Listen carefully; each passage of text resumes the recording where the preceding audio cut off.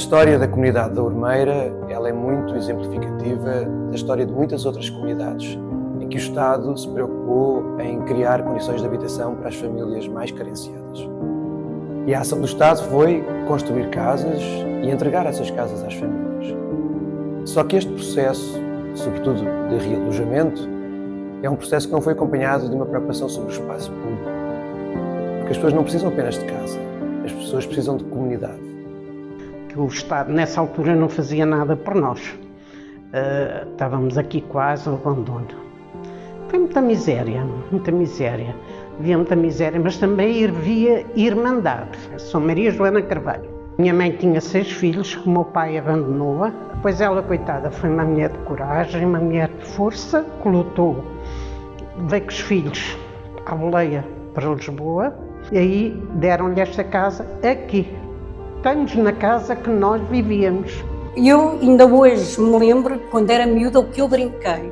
Eu dançava, eu ia para todo lado, sempre era um bailarico só visto. Olha, mas olha que era mesmo lindo, não tínhamos casa de banho, nem, mas era bonito, era uma alegria. Então, eu sou Idalina de Jesus Domingos de Nascimento. Moro no bairro há 76 anos. Antes das cheias era uma maravilha. A noção de antes e depois, sempre de ser uma comunidade muito unida, muito unida pela música, muito unida pelo fado. Não existia nenhum momento em que não existisse alguém a cantar o fado. Eu agora só lhe peço que me dê sinceridade, se acaso um dia esse amor me quiser abandonar. O meu nome é Maria Odete Figueiredo Chaveiro Miranda. Eu canto fado desde os 7 anos. Ia pescar a panela da sopa, que nós éramos muitos. Ia buscar a panela da sopa e cantava dentro da panela. Com 5 anos, quem é que me ensinava? A mim. E eu gostava de ouvir a minha voz a sair dali. Aurora da Silva Valério Vieira. E vim para cá com 5 anos. Tive aqui os meus filhos. Tive a minha filha primeiro. Estava o meu marido em Angola. A minha filha morreu. Deixou-me ficar 4 filhos. E criei-os todos. Tivemos uma infância boa. Tínhamos dificuldades de tudo, porque naquele tempo éramos todos pobres, mas éramos unidos, éramos amigos e as pessoas ajudavam-se umas às outras. Se a minha mãe fazia panelas de sopa a meias com a vizinha do lado. Meu nome é Maria Fernanda dos Santos Oliveira. Tenho 68 anos e nasci no bairro de Santa Maria, que é conhecido como o bairro da Ormeira, e aqui vivi e aqui estou estes anos todos. Eu sou Teresa de Jesus Pinto Silva, moro no bairro há mais de 70 anos, fui casada há 24 anos, eu fiquei viúva aos 40. Nunca tirei a aliança do dedo por recordação ao meu casamento. Aqui no bairro tinha grandes amigas, éramos uma família, quem tivesse fome e a outra tivesse de comer ia levar, era tudo muito amigo, o pessoal era muito unido um ao outro. Não tinha uma infância muito mamá, havia piores que eu, né? O meu pai sempre arranjava dinheiro para a gente comer, nem que fosse massa com chouriço ou uma tiras de bacalhau. Eu sou Sara Cabasso, nasci no bairro da Ormeira, então nasci cá no bairro, vou fazer 70 anos que moro no bairro. Já era miúda, de 14 anos, fui para o pé do meu marido a fazer os 15 anos, trabalhar para em Alfaiate. Tive uma vida mais ou menos. Tive um bom marido, o meu marido era muito bom marido, muito bom pai. Quando era as barracas, era as pessoas mais unidas. Antigamente era assim, era o tempo do calor, do verão, dormíamos na rua, todos na rua. E se fosse preciso, não tinha aquela linha de ar, era totalmente diferente. E eu tinha umas amigas que, quando ficava livre da escola, ia para o pé delas, elas iam passear duas cabrinhas. E eu gostava muito de ir lá para o pé delas, que andavam também na escola comigo. Eu sou Maria Luísa Marques Canha Figueiredo. Vim para aqui com 12 anos, eu tenho 79. A minha juventude, olha, era de andar a cartar água, porque a gente não tínhamos água lá no bairro da Capela, a cartar água para a roupa, para fazer o comer, e então às vezes pegava, mandava o balde para o chão, danada, porque eu tinha que andar sempre a cartar água, sempre a cartar água. O Limeira tão lindo és, tu tens apanhado os pés, ribeiras entre os valados, onde cantam os passarinhos, escondidos pelos tronquinhos das escolas namorados. Vivemos a quase em segredo, no meio deste olivredo, neste recanto da terra. Para nos dar a maior graça, damos de beber a quem passa, com a fonte que temos na serra. Não sei escrever, nunca escrevi estes passos, sempre na minha memória até hoje. O meu nome é José Jorge Ramos Teixeira, nasci em 1936, moro neste bairro, vai fazer 74 anos. Eu tenho muito amor pelo meu bairro. Era um bairro familiar. A gente não precisava de fechar as portas, convivíamos uns com os outros. Eu comia em casa dos vizinhos, os vizinhos comiam em minha casa. Era um como de família. Chamo-me Fernando Ferreira Botelho.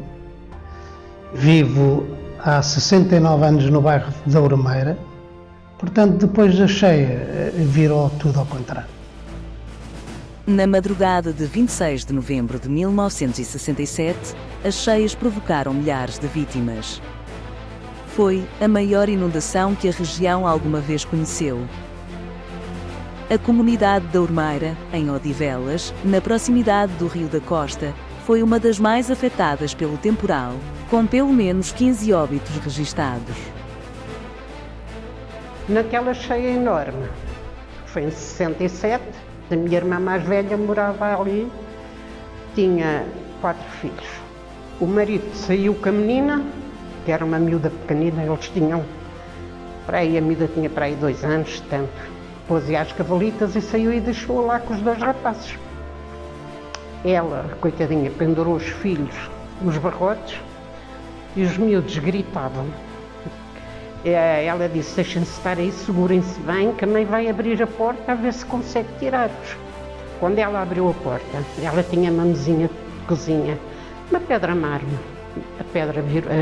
A mesa virou e a pedra bateu-lhe, abriu-lhe esta parte. Eles viram a mãe ir pela cheia e depois eles ficaram sozinhos. O Lela, aquele senhor, ele que ouviu, foi ver a mãe dele, e ouvi os meus sobrinhos gritar. E lembrou-se, estes são os miúdos de Enriqueta. Eu fui à casa da minha mãe, mãe, vamos embora. Pus-me às cavalitas, a água já me dava pelo pescoço. Eu voltei para trás.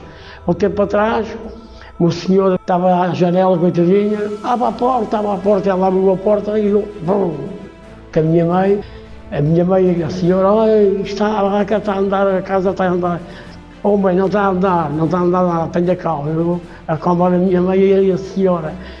Senti crianças a chorar da parte de trás.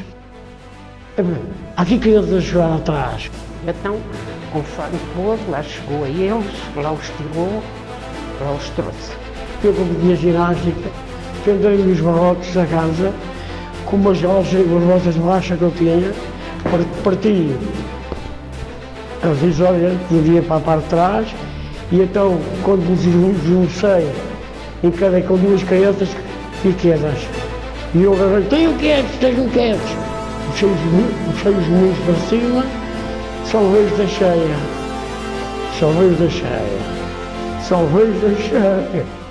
Eu tenho uma dívida de vida com ele, porque ele salvou os meus sobrinhos naquela altura.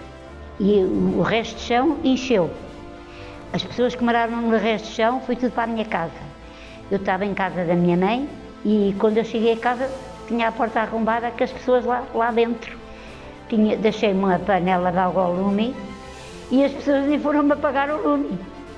Houve a cheia, tinha o meu filho que tem hoje 56 anos, tinha 3 meses, que tenho em cima da minha cabeça, porque trazia ao colo, mas a água vinha-me a subir, e eu tive que o pôr em cima da minha cabeça. E uma filha tinha 4 anos nessa altura. Outro dia chorava eles e chorava eu. A casa foi na cheia, fiquei sem nada, fiquei com 2 filhos, a olhar para eles, a chorar. Onde eu vivia, as barracas foram todas na cheia. Desapareceram as barracas. Só ficaram algumas já do lado de cá. Estava na Pontinha, em casa de uma irmã minha, que o meu cunhado fez anos. Quando a gente cá chegou, realmente a gente chegou e isto era uma coisa horrível. E tinha uma irmã que morava mesmo na barraca, coitadinho. Mas já tinham ido acudir e estava em casa de uma irmã minha que também está no bar, também era do bar São José. Tínhamos muitos amigos, amigas, mas morreu muita gente. As minhas amigas tinham agora a minha idade, já morreram a quase todas, mas eu ainda cá estou. De facto, as cheias foi um momento muito importante para a história do nosso país. Não só para a história do bairro, mas para a história do país e para a construção da democracia. Porque o que aconteceu foi que, sendo um território muito pobre, o Estado Novo não mobilizou meios para a ajuda às populações.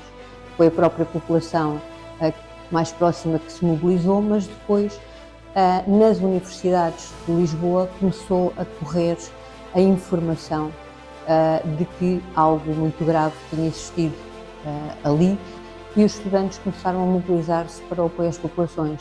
O que acontece é que isso foi muito marcante para a consciencialização política do movimento estudantil. Nós não apanhámos cheia na nossa casa porque fazia a rampa já a subir. Tivemos na nossa casa depois a viver connosco um casal com os filhos e a mãe do senhor. Era uma sala que fazia de sala de jantar, cozinha e não tínhamos casa de banho. E a recordação boa que eu tenho também dessa época é que a dona Ricardina fazia todos os dias uma grande cafeteira de café para o lanche de todos. E nós íamos lá beber o café e comíamos pão com manteiga lá com eles. E éramos mesmo como se fôssemos família. Quando houve a cheia em 67, ficámos sem casa, sem nada, que isto ficou tudo inundado e assim. Eu ainda andei às cavalitas do meu marido, passar no meio do bairro e eu sempre assim a dizer para ele, olha, tem cuidado porque as balas não bastam, a gente não saber onde é que está a bala e a gente passa nas balas e caímos e apertava as pernas ao meu marido, que as minhas pernas nas dele, para com medo de cair, a água já me dava por aqui. Veja lá, aqui onde eu moro, a senhora do resto de chão, a água entrava-lhe pela porta e saía pela janela da cozinha. Entrava tudo, foi uma desgraça muito grande. Não morava no sítio da cheia, morava aqui ao pé do chafariz, nesta rua para cima, cá ali do chafariz que ainda está em pé, e a gente dali ouvia as pessoas a gritarem, a pedirem socorro. Foi um ano de muita desgraça mesmo. Olha, fazia-me feliz ver o bairro cheio, ver as casas arranjadas e ter saúde para descer a serra para me matar saudades cá abaixo. E esta questão das cheias marcou as famílias. É um marco que também cria proximidade e referência entre eles. Então também cria uma comunidade. Devemos aproveitar estas experiências que muitas vezes nos trazem lágrimas e que nos trazem dificuldade para olhar para cima e ver, se fomos capazes de ultrapassar uma coisa tão difícil, por que não juntar-nos agora, por exemplo, para fazer algo muito maior e mostrar a nossa identidade? E acredito que muitas delas têm essa capacidade e essa coragem. Pois sobre aquilo que eu vou dizer, eu gosto do meu bairro e não vim para cá viver. Respeitei toda a gente do meu bairro com muita atenção. Hoje não tenho vista, mas tenho coração. As senhoras são bem-vindas e eu tenho muita atenção. Enquanto eu for vivo, estão no meu coração. A nossa experiência hoje diz-nos o seguinte: se nós encontrarmos as metodologias corretas para mobilizar as pessoas, e isto não se faz de um dia para o outro, é um processo, mas se nós encontrarmos as formas mais corretas, os métodos mais acertados, que ao longo do tempo vão criando um espaço de diálogo, de entendimento, de confiança, que gerem resultados de curto prazo, as pessoas vão passar a confiar e vão imaginar assim, provavelmente faz sentido eu envolver-me nisto, porque eu vou poder influenciar o resultado de qualquer coisa para a minha comunidade, então vale a pena eu dar um motivo. Nós temos que ser capazes de imaginar mecanismos participativos, geradores de diálogo horizontal entre instituições e comunidades, partilha de poder e confiança. O associativismo de moradores é importantíssimo, sobretudo em comunidades com fraca capacidade de auto-organização, para que as pessoas sejam capazes de, em formas coletivas, fazer-se ouvir, terem mais força na argumentação e na afirmação das suas necessidades e das suas ideias. Queria pedir às pessoas que não fossem sempre os mesmos a falar e a dar a cara, que também se juntassem, que houvesse alguém que quisesse fazer uma vez, até que fosse uma vez por mês, uma reunião para falarmos tudo dessas coisas todas e para tentarmos arranjar qualquer solução. E se queremos que alguém nos ouça, temos que fazer ouvir a nossa voz, porque se nós não falarmos, ninguém nos ouve.